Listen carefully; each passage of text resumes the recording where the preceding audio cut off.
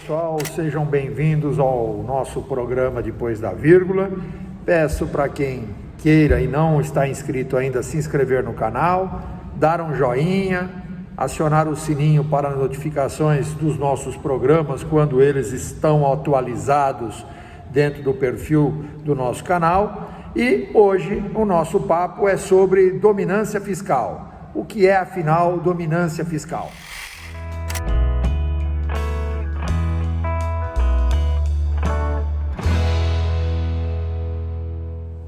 Muito bem, pessoal, a gente tem visto aí um debate sobre taxa de juros, sobre para que lado vai a crise fiscal instalada no país, sobre arcabouço fiscal, enfim.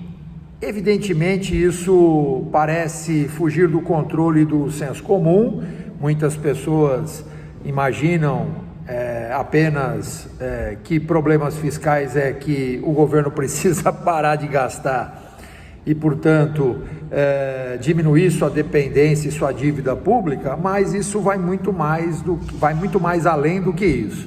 Então, uma definição simples sobre dominância fiscal, que parece ser um tema que predomina sobre outros temas. Primeiro, dominância fiscal é quando o governo tem déficits elevados e uma dívida crescente e o Banco Central é forçado a emitir moeda, monetizar a dívida para financiar esse desequilíbrio, né? Mesmo que isso comprometa a inflação.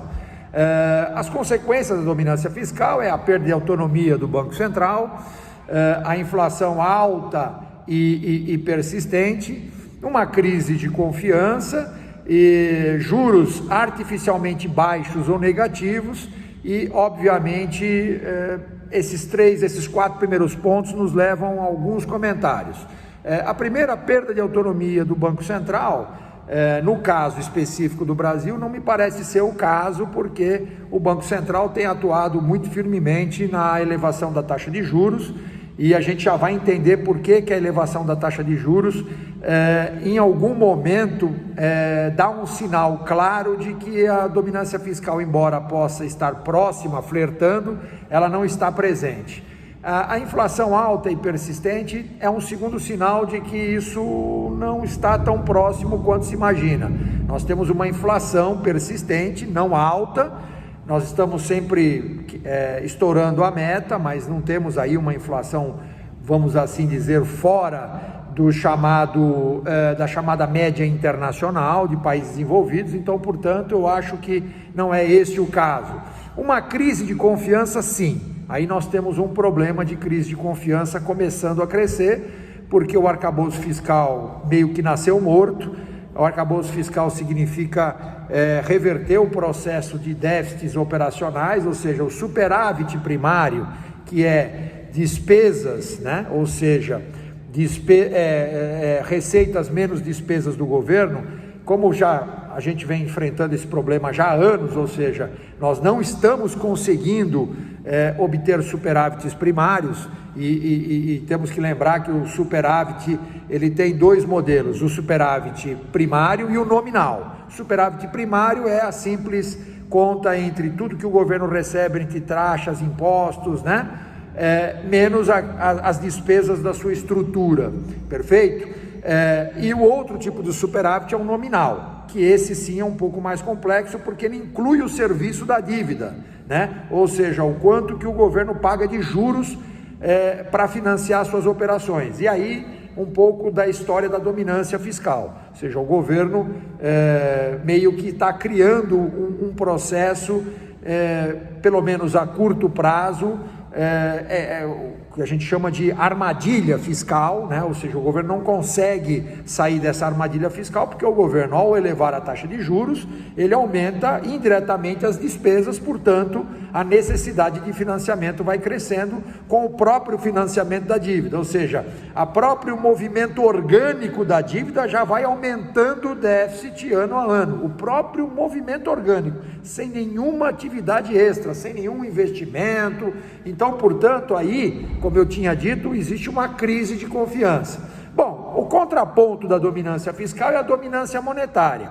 E o que é a dominância monetária? A dominância monetária é quando o Banco Central ele tem o quê? Ele tem como meta, obviamente, o controle da inflação. Aliás, essa é a opção do Brasil. O Brasil tem como escolha a dominância monetária, porque o seu tripé de controle monetário é superávit primário, que não está conseguindo nos últimos anos, e por isso veio o arcabouço fiscal, por isso veio a reforma tributária, por isso está havendo toda essa discussão sobre IOF e tudo mais.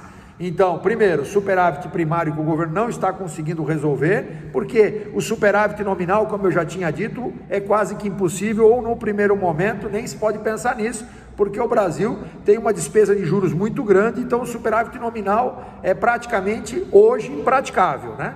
Ou seja, ele é impraticável. Então, de novo, o tripé da política econômica do Brasil, que está combinando com a dominância monetária. Você tem o superávit primário que não está sendo atingido, o controle da inflação por metas de inflação, que culmina nas reuniões do Copom, do Comitê de Política Monetária, que acaba decidindo em elevar ou reduzir a taxa de juros, e por último, o câmbio flutuante. Então esse é o modelo de dominância monetária. A dominância monetária, ela é observada quando esse processo, essa escolha, esse tripé, ele funciona sobre o efeito fiscal, ou seja, ele disciplina o efeito fiscal, o que não me parece ser um desafio muito fácil para o Brasil, né?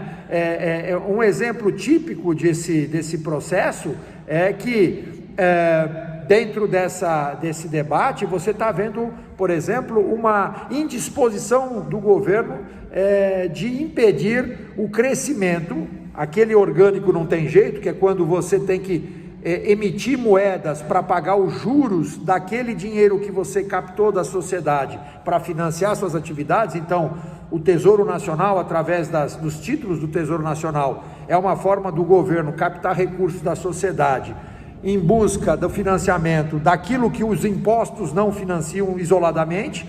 Então, o pagamento de juros por si só já é um crescimento orgânico da dívida, que por consequência disso já faz um aumento do déficit fiscal. Muito bem, o que poderia ajudar a esse processo? Sim, se o governo tivesse com vontade de pôr a tesoura para funcionar. Um dos processos clássicos de captura do orçamento público são as emendas, né? As emendas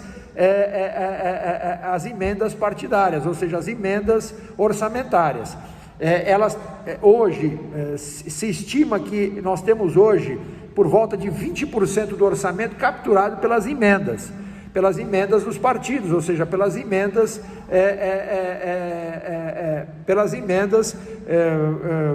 originadas dentro dos partidos. Ou seja, o que acontece com isso?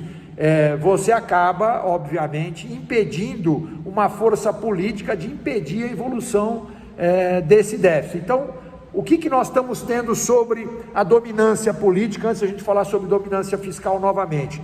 Dentro da dominância política, nós estamos tendo um objeto de dominância monetária, nós estamos tendo um objeto da dominância política, ou seja, há uma má vontade política de impedir essa captura do orçamento através das emendas, né? Então essas emendas não estão obedecendo a disciplina fiscal. Então, de uma certa forma, a dominância monetária, a dominância, ela não está se sobrepondo à dominância fiscal, o que levanta a lebre sobre o próximo passo. O que é o próximo passo? Vamos lembrar lá nos anos 80, só para a gente criar aqui um conteúdo prático. Nos anos 80, o país enfrentava grandes déficits públicos e uma dívida pública crescente, né? O governo financiava seu déficit imprimindo moeda, ou seja, monetarizando a dívida. Como é que imprime moeda? Além de eu não conseguir operacionalizar a minha dívida através dos impostos e até dos títulos públicos, eu ainda imprimia dinheiro, né? Então o Banco Central naquele período não era independente, portanto havia uma influência política muito grande, e a política monetária ficava subordinada aos desejos do executivo. Ou seja, quais foram as consequências disso? A inflação muito alta, chegando aí para a inflação, né? Em 1993, por exemplo, nós passávamos de 2.000% ao ano, nós estamos falando de 5 4%, 5,40% hoje, né?